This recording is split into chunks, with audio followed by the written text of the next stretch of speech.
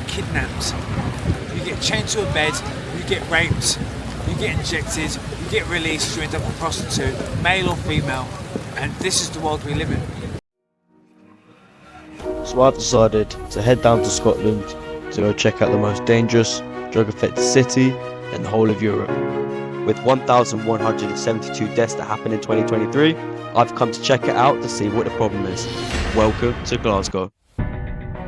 Within an hour of being in Glasgow, I've already witnessed homelessness, I've already spoke to a drug addict, but the amount of graffiti that was scattered all over the city was absolutely disgusting.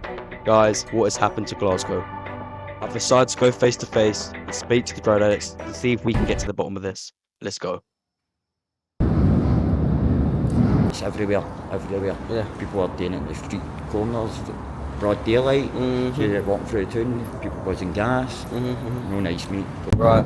Is there a lot of deaths that are happening? Oh, loads, man. I've lost 15 friends through it, man. Your last year, a couple of just got found out myself. Really? I've nursed since she was away and all. Oh, bless. And she's obviously heavily into drugs. She was a wee bit like a girl. I mean, working with couple of that, working pure intoxicated. Right. That's street Valium, but staying this to people and all. Right, so Valium's quite heavily around here as well, yeah? Aye, it's another thing I've never really bothered with. They're saying they're Valium, but there's no Valium in them. It's fentanyl and fucking... Right. Is it pills? Aye, it's tablets. Tablets? Three tablets. I mean, they're fucking 100 for £30. Back in the day, they were £1 a piece. Right, but so they were a real. lot more, But yeah, they were real. Right, so, aye, so fentanyl, what's that? What's fentanyl? It's a mad new thing, it's just come into Scotland. It makes you forget things. Right. And it kills you. That's what's killing you. There's even the police that catch people's name. You take and test the tablet. The fentanyl in it, you get a sense. Valium, also known as diazepam, is a medication that treats anxiety, seizures, muscle spasms, and also twitches. It's illegally sold on the streets and is mixed with a toxic substance called fentanyl.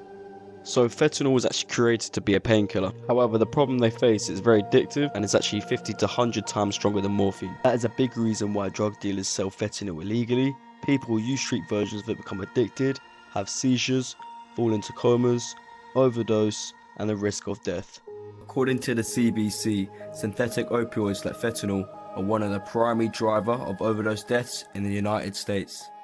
It has only been about 15 years since fentanyl was introduced to Scotland, but since then it's hit the Valium street pills, and unfortunately in 2017 Scotland was actually stated to be the overdose capital of the world.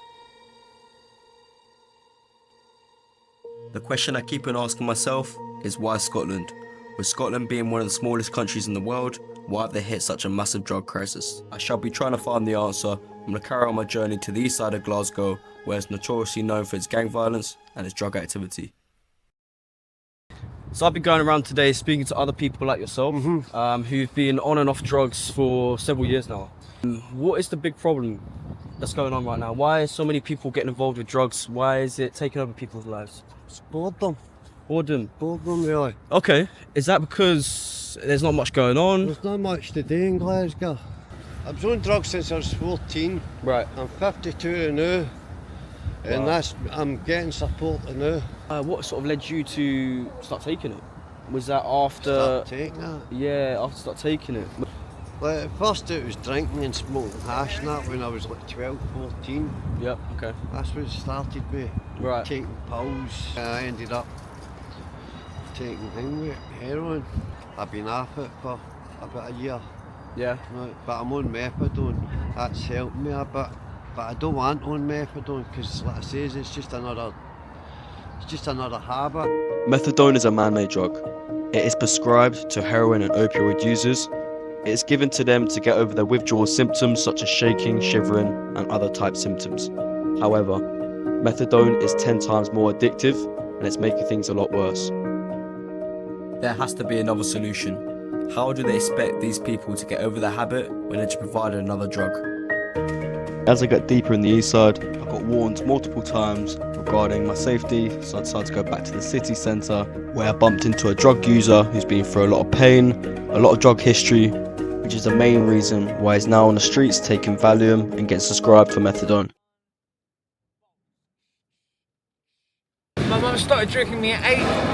She thought it was funny to watch an 8-year-old dance around the party as a drunk on Stella. By 13 I was smoking weed. By 15 I was smoking a lot of weed. By 17 I met a girl online and I flew out to New York. 18 I got married to that girl. I was at it for 9 years successfully, but I led a double life. During the daytime my wife would go to work and I would go out and I would buy heroin and crack and hang around my dealers' houses. During the night time I'd go home to my wife. So your mother, unfortunately, she was an escort, do you say, sir? Started off as a bar waitress, met my father, did a lot of nasty murderous thing. He tried to groom me to be his little sidekick. My mum took me away. I saw him again at 27. He did the exact same thing. He tried grooming me to be a miniature version of him, feeding me speed and cocaine, and going out, chopping people's fingers off. Drugs, sudden deaths, long and excruciating deaths. One of my best friends drank himself to death. Things I'll never get over. Yeah. And so I ran, I left. And when I left, I left for here. What do you truly want your life to be? And I tell you what, as I sit on a sidewalk, I can only assume I feel more free than 50% of the people out there, because there's no one telling me what to do. There's no 9 to 5, absolutely nothing. That's how I'm going to scrounge up people. I don't ask anyone for a penny. Good morning, good afternoon, good evening, good night. Yeah, and I sing. I fell out of bed, show me something awful, just like kisses on the necks of best friends. But we're the kids who feel like this, and I want to be known for my hits, not just my misses. So here be the problem, here lie the problem. The drugs have gone absolute shit. They are being substituted with addictive chemicals that do not actually get anyone high. Did you ever think it was funny that all of a sudden pregnant heroin addicts couldn't get pregnant? Do you ever think they're funny? No, it's purposely built. When I was a child, 1 in 3 people died of cancer. Guess how many people die of cancer now? 1 in 2. So you're telling me that 30 years later, all that money, all that research, we are no better to curing cancer. Actually, it's gotten worse. Did you see what I'm saying? Since I came to Glasgow, listen, I lived in New York, Poland, I stayed in Greece, I lived in Poland. I have never lost a tooth. All the sides are gone, bolts. And in Scotland, what they like to do is, they like to run up, take the biggest run up at the weirdest angle and go, hurrah! The world is big, the world is great. That's great, go out and explore it, yeah? But that light inside you, the intuition that says maybe this might be not be a good idea, well guess what? Your gut has only got you in mind. Everyone else's gut has got them and then you in mind. But your gut has got you in mind and you in mind only. Okay? Listen to it. Otherwise,